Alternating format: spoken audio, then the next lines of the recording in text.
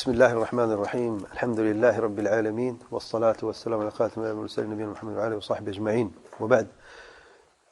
شرح السنة للإمام أهل السنة والجماعة الإمام أبو عبد الله محمد بن أحمد بن حنبل رحمه الله، شرح فضيلة الشيخ العلامة ربيع بن هادي بن عمير المدخلي حفظه الله.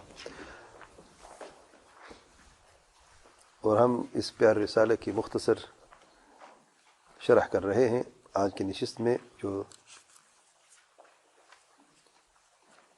ہم پہنچے ہیں امام صاحب کے اس قول پر: والسنة عندنا آثار رسول اللہ صلی اللہ علیہ وآلہ وسلم، اور سنت ہمارے نزدیک اللہ تعالیٰ کے پیارے پیغمبر صلی اللہ علیہ وسلم کے آثار ہیں. والسنة تفسر القرآن، سنت قرآن مجید کی تفسیر بیان کرتی ہے. وہ ہے دلائل القرآن، اور ایک قرآن مجید کی دلائل ہیں. ولیس فی السنت قیاس، اور سنت میں کوئی قیاس نہیں ہے. ولا تضرب له امثال، اور نہ ہی کوئی مثالیں سنت کے لیے بیان کی جاتی ہیں. ولا تدرک بالعقول ولا الاہواء، اور نہ ہی عقلوں اور خواہشات نفسانی سے ادراک ہوتا ہے سنت کا. انما هو الاتباع وترک الهوى، سنت صرف اتباع ہے اور خواہشات نفس کو ترک کرنا ہے. فضيلة الشيخ العلامة ربيع بن هادي المدخلي حفظه الله فرماتے ہیں، يقول رحمه الله، امام احمد رحمه الله فرماتے ہیں: سنت عندنا اثار رسول اللہ صلی اللہ علیہ وسلم، یہ سنت ہمارے نزدیک اللہ تعالیٰ کے پیار پیغمبر صلی اللہ علیہ وسلم کے اثار ہیں. شرح میں چند اہم باتیں جو شیخ ربیع حفظه اللہ بیان فرماتے ہیں. نمبر 1، سنت کی تعریف. اثار رسول اللہ صلی اللہ علیہ وسلم سے مراد اللہ تعالیٰ کے پیار پیغمبر صلی اللہ علیہ وسلم کے اقوال، افعال اور تقریرات، جو بھی اقوال ہیں، جو بھی افعال ہیں، اور جو بھی اقرار فرمایا اللہ تعالیٰ کے پیارے پیغمبر صلی اللہ علیہ وسلم نے. ہمارے پاس کتاب ہے، سنت ہے، اور اللہ تعالیٰ نے فرض کیا ہمارے اوپر کہ ہم اتباع کریں دونوں کا، اور تمسک دونوں کا کریں، مضبوطی سے تھامے رہیں. پھر سنت کی منزلت بیان فرمائی. دوسرے نمبر پہ شیخ صاحب فرماتے ہیں، اور قرآن سے تعلق سنت کا کیا ہے، کہ سنت قرآن مجید کی تفسیر بیان فرماتی ہے. جیسے کہ اللہ تعالیٰ کا ارشاد ہے: وَأَنزَلْنَا إِلَيْكَ الذِّكْرَ لِتُبَيِّنَ لِلنَّاسِ مَا نُزِّلَ إِلَيْهِمْ، الآخر سورۃ النحل آیت نمبر 44 اور دوسری آیت میں سورۃ النساء نمبر 95 میں اللہ تعالیٰ کا ارشاد ہے: فَإِن تَنَازَعْتُمْ فِي شَيْءٍ فَرُدُّوهُ إِلَى اللَّهِ وَالرَّسُولِ، إلى آخر الآية. یہ ٹھیک ہے، 59 ہے، آیت نمبر 95 لکھا ہوا ہے، اسے ٹھیک کر لیں.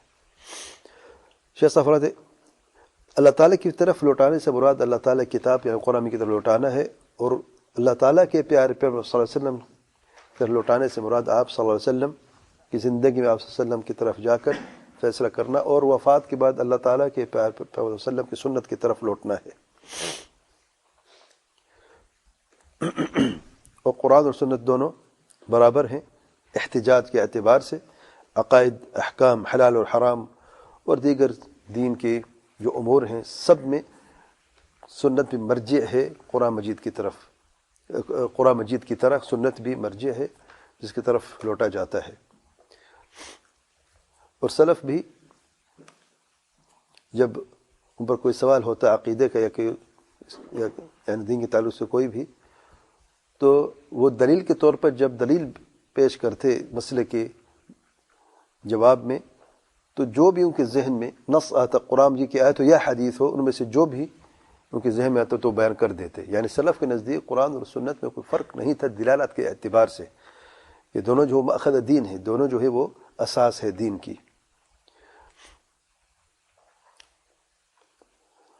دلائل القرآن سے مراد تیسرے نمبر پہ شیخ صاحب فرماتے ہیں، یعنی جو مجمل ہے قرآن مجید کا اسے کھول کے بیان کرتی ہے سنت، اور جو مبہم ہے اس کی وضاحت کرتی ہے سنت. قرآن مجید میں جو مطلق اس کی قید لگاتی ہے سنت، اور جو عام ہے اس کی تخصیص کرتی ہے سنت. جیسا کہ نماز ہے، نماز کا طریقہ، نماز کے اوقات، رکعت کے جو عدد ہے، اور جو تفصیل ہے، ہم جو نماز میں پڑھتے ہیں، رکوع میں ہم نے کیا کہنا ہے، سجدے میں ہم نے کیا کہنا ہے، سب سنت میں سے ہے. اللہ تعالیٰ کا ارشاد ہے: وَأَقِیمُوا الصَّلَاةَ وَآتُوا الزَّکَاةَ، اور کثرت سے اللہ تعالیٰ بیان فرمایا قرآن مجید میں. تو سنت نے اس کی تفصیل بیان فرمائی ہے، دلائل ہے، بینات، توضیحات ہیں. جو بھی مجمل ہے اس طریقے سے قرآن مجید میں، اور جو عمومات ہے اس کے تخصیص کے لیے جو مطلقات ہے اس کی تقید کرتی ہے سنت. الحمدللہ یکن اصلح بالکم. تو قرآن کی تفسیر ہے سنت اور دلائل القرآن ہے، جیسا کہ امام احمد رحمہ اللہ نے فرمایا ہے. چوتھے نمبر پہ سنت میں قیاس نہیں، ولیس فی السنت قیاس، یعنی اللہ تعالیٰ کے دین میں کوئی قیاس نہیں ہے. جب اللہ تعالیٰ کے دین آ جائے تو اس کے سامنے، جب نص آ جائے تو اس کے سامنے پھر کوئی قیاس نہیں چلتا، اور نہ عقل سے نہ قیاس سے تعارض کیا جا سکتا ہے قرآن اور سنت کا. ہمیں صرف ایک ہی راستہ میں بچ جاتا ہے، التسلیم، سر جھکا کے سر خم کر کے تسلیم کرنا. اللہ تعالیٰ کا ارشاد ہے فلا وربک لا یؤمنون حتى يحكموك فيما شجر بينهم ثم لا يجدوا في انفسهم حرجا مما قضيت ويسلموا تسلیما. اے میرے پیارے پیغمبر صلی اللہ علیہ وسلم، تیرے رب کی قسم یہ مومن ہو ہی نہیں سکتے جب تک کہ تمہیں فیصل نہ بنانے، حاکم نہ بنانے ہر چیز میں جس میں ان کا اختلاف جھگڑا ہوتا ہے. پھر نتیجہ دیکھیں، حاکم تو بنا لیا ہے، حاکم کیسے بنانے؟ ثم لا يجدوا في انفسهم حرجا مما قضيت، اپنے نفسوں میں اپنے اندر کوئی حرج باقی نہ رہے آپ کے فیصلہ سننے کے بعد. وَيُسَلِّمُوا تسلیما، اور تسلیم کر، جیسے کہ تسلیم کرنے کا حق ہے. یعنی کہ نہیں کہ بعض کو لیا بعض کو چھوڑا، نہیں، یہاں پہ میرا دل نہیں کرتا، وہاں پہ عقل کام نہیں کرتی، وہاں پر امام کا قول سامنے آ گیا، وہاں پر کسی عالم کی بات آ گئی، نہیں، ہرگز نہیں، یہ تسلیم نہیں ہے. مکمل تسلیم، تمام تسلیم سے کیا مراد ہے؟ وَيُسَلِّمُوا تسلیما مفعول مطلق سے یہاں پہ بیان فرمایا اللہ تعالیٰ نے، یعنی تسلیم کی انتہا، جیسے کہ تسلیم کرنے کا حق ہے. شیخ ربیع حفظہ اللہ فرماتے ہیں بعض لوگ قیاس میں غلو سے کام لیتے ہیں، یہاں تک کہ نصوص کا رد کر دیتے ہیں، قرآن سنت کا رد اور مخالفت کر دیتے ہیں، اور کہتے ہیں نص ہمارے اصول کے مخالف ہے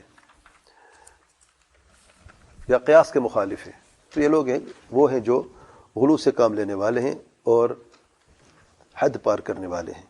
تو امام احمد رحمہ اللہ یہاں پر اشارہ فرما رہے ہیں اور ان کا رد کر رہے ہیں جو قیاس سے کام لیتے ہیں، وہ قیاس جو قیاس فاسد ہے. شیخ صاحب فرماتے ہیں قیاس اولا موجود ہے، لیکن جیسے کہ کہا جاتا ہے کہ صرف ضرورت کے لیے، جیسے کہ مردار جانور صرف ضرورت کے لیے کھایا جا سکتا ہے اپنی جان بچانے کے لیے، تو قیاس بھی ضرورت کے لیے استعمال ہوتا ہے، نہ کہ ابتداءً. جب ضرورت نہ ہو تو قیاس سے کام نہیں لیا جاتا، نصوص کافی ہوتے ہیں. فرماتے بلکہ شیخ اسلام ابن تیمیہ رحمہ اللہ، ابن القیم رحمہ اللہ، شیخ اسلام ابن تیمیہ رحمہ اللہ نے معارج الوصول الى بیان ان اصول الدین وفروعه قد بینها الرسول صلی اللہ علیہ وسلم، یہ بڑا پیارا رسالہ ہے شیخ اسلام ابن تیمیہ رحمہ اللہ کا، جس میں انہوں نے فرمایا بالاستقراء ما من اجماع الا وجدنا له نصا، کہ کوئی بھی اجماع نہیں الا کہ اس کا نص موجود ہے قرآن سنت پہ. اجماع کی بات فرما رہے ہیں. اسی طریقے سے فرماتے ہیں شیخ ربیع حفظہ اللہ کہ کسی نے کوئی قیاس نہیں کیا، صحیح قیاس جو ہے الا یہ کہ نص موجود ہے، اس کے معنی کے ارد گرد گھومتا ہے اس قیاس کے. لیکن لوگ جو متفاوت ہے اس کو سمجھنے میں اور اس سے دلالت پکڑنے میں، یعنی امام محمد رحمہ اللہ نے یہ مسئلہ سمجھا ہے اور یہ پتہ لگایا ہے کہ قیاس جو ہے، جو صحیح قیاس ہے وہ تو اپنی جگہ پہ ہے، لیکن جو لوگ قیاسات سے کام لیتے ہیں تو وہ یعنی ٹھیک کام نہیں کرتے، تو نص کے سامنے قیاس کی کوئی حیثیت باقی نہیں رہتی. وہ بہت سارے لوگ ہیں جو اس حقیقت کو سمجھتے ہیں، تو ہدایت بھی دیتا ہے قیاس صحیح کی طرف، جو نصوص کا خاص اہتمام کرتے ہیں، پھر قیاس کی ضرورت پڑ جاتی ہے تو قیاس کرتے ہیں، تو ان کی رہنمائی ہو جاتی ہے، رب کی طرف سے آسانی ہو جاتی ہے. لیکن اگر ہم توسع سے کام لیں اور اسے مزید دیکھیں تو نص ہمیں مل ہی جائے گا اس مسئلے کے حل کے لیے، اور قیاس ضرورت بھی نہ پڑے حقیقی طور پر، کیونکہ اللہ تعالیٰ کا ارشاد ما فرطنا فی الکتاب من شیء، ہم نے کتاب میں کسی چیز سے تفریط نہیں کی، بلکہ ہر چیز کا حل موجود ہے. یہ سورۃ الانعام آیت نمبر 38 اللہ تعالیٰ بیان فرمائے آخر سورہ. دوسری آیت میں سورۃ المائدہ آیت نمبر 30 میں اللہ تعالیٰ کا ارشاد الیوم اکملت لکم دینکم، آج میں نے تمہارے دین کو تمہارے لیے مکمل کر دیا ہے، واتممت علیکم نعمتی، اور اپنی نعمت کو تمام کر دیا ہے، ورضیت لکم الاسلام دین، اور تمہارے لیے دین اسلام پر راضی ہو گیا ہوں. تو یہ کیا ہے؟ اتمام النعمہ جو ہے کمال دین سے ہوا. جو دین کامل ہے تو اس میں باہر سے کسی کی ضرورت نہیں پڑتی. تو یہ عموم جو نصوص ہے ان سے مراد نہیں کہ قیاس کی اجماع کی نفی ہو رہی، بلکہ اس سے مراد یہ ہے کہ اگر آپ تھوڑا اور غور و فکر کریں قرآن سنت میں تو آپ کو مسائل کے حل نظر آ جائیں گے. ضرورت کے لیے آپ قیاس بھی کر سکتے ہیں، لیکن قیاس وہ ہے جو نصوص کے مطابق ہے، مطابق مخالف نہ ہو. شیخ صاحب فرماتے ہیں ہمارا دین کامل، اس میں کوئی نقص نہیں ہے. بعض لوگ اجتہاد کرتے ہیں اور قیاسات سے کام لیتے ہیں، جو قیاس صحیح ہوتا ہے جبکہ مسئلے میں نص موجود ہوتا ہے. اگر ان کو نص مل جاتا تو ان کو ضرورت نہ پڑتی قیاس کی. پھر بعد میں لوگ یعنی ایک زمانے میں لوگ قیاس سے کام لیتے ہیں، اگلے زمانے میں بعض علماء اجتہاد کرتے ہیں اور نصوص میں گہن نظر رکھتے ہیں، خصوص طور پر جو جوامع ہیں، حدیثوں کے مسانید و معاجم جو ہیں ان میں گہن نظر رکھتے ہیں. تو جیسے مثال تو ابن تیمیہ رحمہ اللہ نے کیا، تو وہ دیکھتے کہ اجماع جو اس میں تو نص موجود تھا، اجماع کی ضرورت بھی نہیں تھی، تو نص واضح اس میں موجود تھا.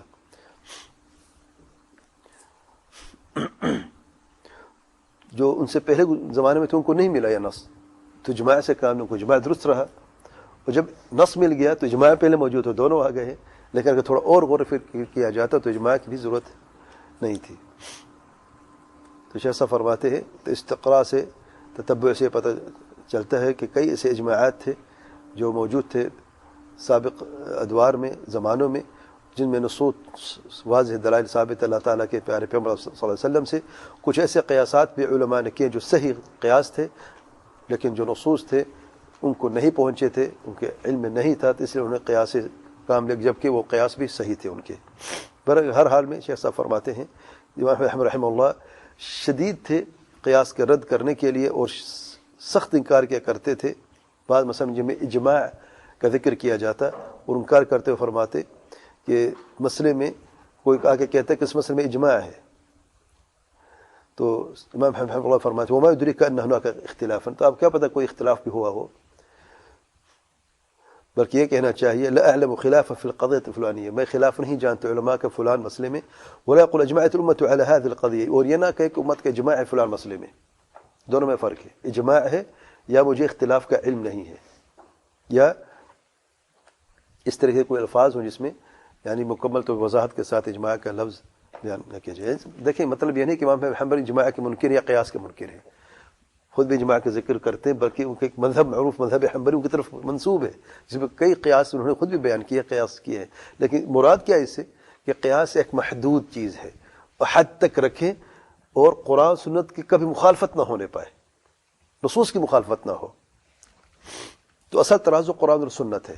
اجماع اور قیاس صحیح بھی یہ محتاج ہے قرآن اور سنت کے، نہ کہ قرآن سنت سے آگے ہیں. پھر 5ویں نمبر پہ وَلَا تُضْرَبُ الْأَمْثَالِ، یہ جملہ جو ہے اس سے مراد یہ ہے کہ جب نص آ جائے، وہی جیسے پہلے گزر چکا ہے، تو صرف تسلیم کرنے کے سوا کوئی راستہ نہیں ملتا. اور سورۃ النساء کے طرف 65 یا 65 میں اس کی وضاحت ہو چکی ہے. اگر کوئی شخص کوئی نص لے کے آئے جو ثابت صحیح ہے یا حسن ہو، تو یہ نہ کہو کہ واللہ ایسا ہونا چاہیے تھا ویسا ہونا چاہیے تھا، اور کوئی مثالیں بیان کرے. جیسے کہ عمر رضی اللہ عنہ مقدمہ ابن ماجہ میں بیان فرماتے ہیں ایک قصہ علی من اکل ما مسته النار والوضوء، جس نے کسی ایسی چیز کو کھایا جسے آگ نے چھوئے تو اس پر وضو لازم ہو جاتا ہے. اور اس حدیث میں جو ہے وہ فرماتے ہیں کہ بعض صحابہ نے سیدنا ابو ہریرہ سے یہ کہا ارأیت الحم، یعنی جو گرم پانی ہے، کیا اس سے میں وضو کروں کہ نہیں؟ جب حدیث میں آیا کہ اگر جس چیز کو آگ چھوئے گرم ہو جائے تو کیا اسے وضو سے منع کیا گیا تھا پہلے، پھر حکم منسوخ ہو گیا. تو اس وقت کسی نے کہا جب گرم پانی ہوتا ہے تو اسے وضو پھر نہیں کر سکتے ہم. قال یا ابن اخی اذا بلغ حدیث رسول اللہ صلی اللہ علیہ وسلم فلا تضرب له الامثال، یہ میرے بھتیج جب تمہیں حدیث پہنچے تو پھر ایسی مثالیں مت بیان کیا کرو، کیوں پر آپ پریشانیاں ڈالتے ہو؟ آگ جس کو چھوا یا جس کو آگ میں پکا کے کھایا ہو تو اسے منع کیا. تو گرم پانی کی بات، پانی ویسے گرم ہو گیا، دھوپ پہ گرم پانی ہو گیا، کیوں تکلف سے کام لے؟ تو کیوں یعنی یہ سوال لے کے آئے ہو اب اس وضو کروں کہ نہ کروں؟ جب ممانعت میں آئی کی مثالیں بیان کرتے ہو؟ حد تک رہو، حدود کے اندر، شریعت حدود کے اندر رہو گے تو عافیت ملتی رہے گی. 6 نمبر پہ ولا تدرک بالعقول ولا الاہواء، سنت جو ہے نہ تو عقلوں سے نہ خواہشات نفس سے اس کا ادراک کیا جاتا ہے. شیخ ربیع حفظہ اللہ فرماتے ہیں سنت کو جاننا کے ادراک کا ایک طریقہ ہے النقل. اگر سنت چاہتے ہو ہدایت چاہتے ہو تو علم حاصل کرو، جب سنت پہنچ جائے تو تفقہ سے کام لو، صحیح سمجھ کے ساتھ اپنے عقل کو اس صحیح سمجھ کے لیے استعمال کرو، نہ کہ عقل کو آگے سمجھ کر سنت سے آگے بڑھ جاؤ. جیسے کہ اللہ تعالیٰ کے پیارے پیغمبر صلی اللہ علیہ وسلم نے فرمایا ہے من یرید اللہ بہ خیرا یفقہہ فی الدین، جس کا اللہ تعالیٰ بہتری چاہتا ہے، خیر چاہتا ہے، اسے دین کی سمجھ عطا فرماتا ہے. جیسا کہ بخاری کی اس حدیث میں آیا ہے. لیکن بدون جیسا فرماتے ہیں نصوص کے بغیر، سنت کے بغیر، صرف اللہ کے دین میں کچھ بھی کہنا چاہتے ہو بغیر علم کے تو یہ سب سے بڑا جرم ہے.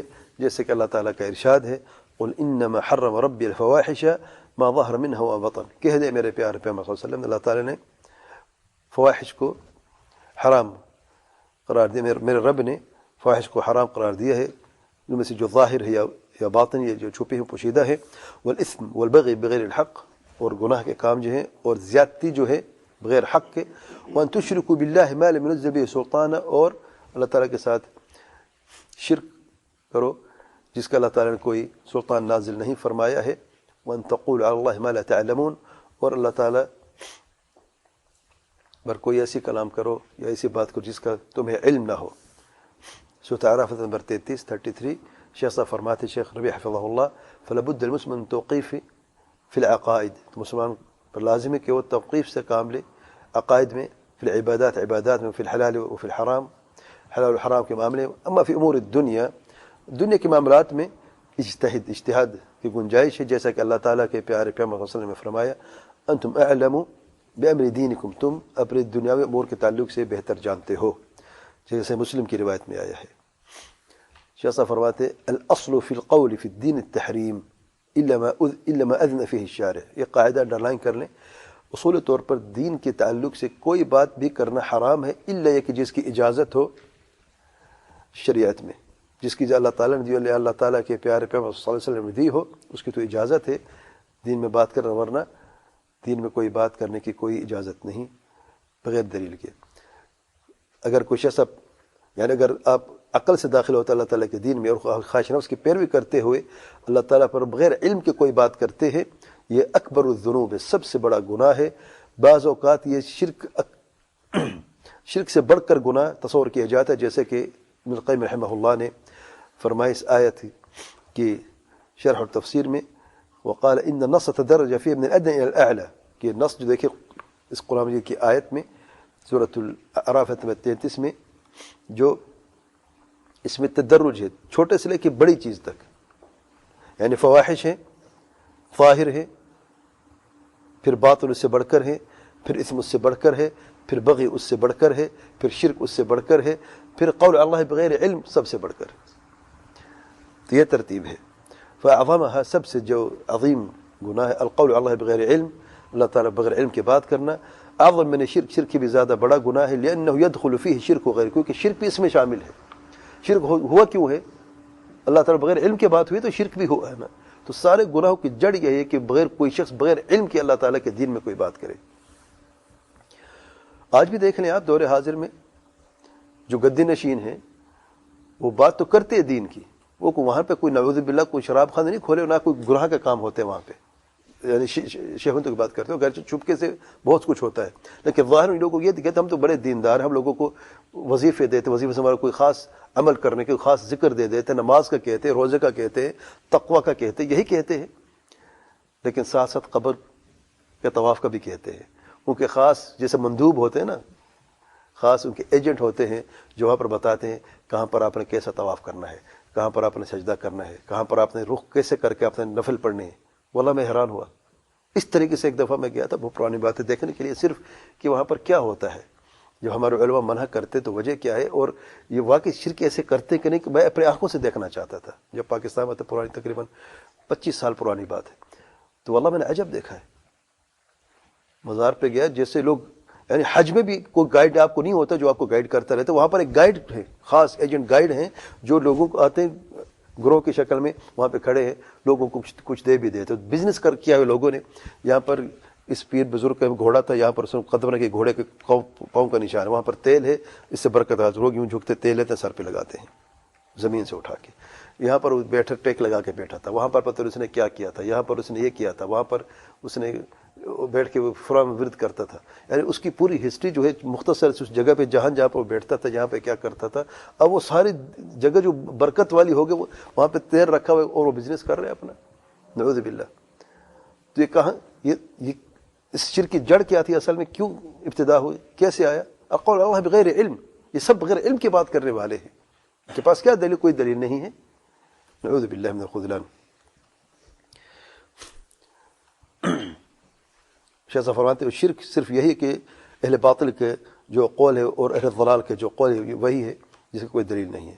بس سب خبردار رہو کہ اللہ تعالیٰ کے دین میں بغیر علم کے بات کرنے سے، اپنی خواہشات نفس کے مطابق دھوکے میں آ کے، اپنی عقل کے اور اپنی ذہانت کے دھوکے میں آ کے یہ سمجھ رہا کہ میں بڑا سمجھنے والا ہوں، تو اس مسئلے سے خبردار رہنا چاہیے. فقہ جو ہے، سمجھ جو ہے، یہ نص میں ہے، اور یہی صحابہ کرام کی شان و تابعین کی. انما الاتباع و ترک الہوا. سنت کیا ہے؟ دو لفظ ہے، اتباع و ترک الہوا، بات ختم ہے. سنت پہ عمل کرنا ہے تو اتباع کے سوا کوئی راستہ نہیں، اس کے لیے ترک الہوا، خواہش نفس کو چھوڑنا ہی پڑے گا، ورنہ اتباع ممکن نہیں ہے. دونوں ایک ساتھ چل نہیں سکتے، اتباع بھی ہو، ہوا بھی ہو. ہدا اور ہوا ایک ساتھ ہو نہیں سکتی. ایک ہے تو دوسرا نہیں، دوسرا تو پھر پہلا نہیں. دونوں ایک ساتھ ممکن نہیں. ایک ہونا چاہیے، دوسرے خاتمہ خود ہو جاتا ہے. اگر ہوا ہے تو ہدا نہیں، اتباع نہیں. اگر اتباع ہے، اس کو مکمل کرنا ہے تو خواہشات نفس سے برات کرنی ہی پڑے گی. تو عقل کی کوئی گنجائش اللہ تعالیٰ کے دین میں نہیں، خواہشات نفس کی کوئی گنجائش ہے. صرف اتباع ہے، ترک الہوا ہے. اور اللہ تعالیٰ کے لیے ہر چیز سے انسان جو ہے وہ دور ہو جائے. ہر وہ چیز جو اللہ تعالیٰ کے اللہ تعالیٰ کے دین میں بغیر علم کی بات کرنے کا سبب بنے. واللہ اعلم. سبحانک اللہم و بحمدک، اشہد ان لا الہ الا انت، استغفرک و اتوب الیک.